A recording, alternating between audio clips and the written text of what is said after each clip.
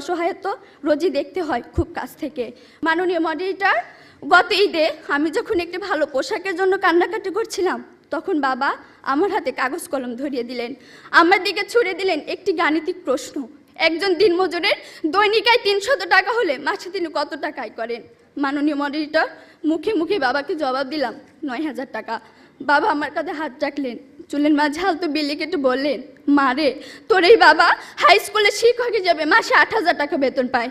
আমি কোনো প্রশ্ন করতে পারিনি বাবাকে। লজ্জায় বাবার মাথাটা নিচু হয়েছিল।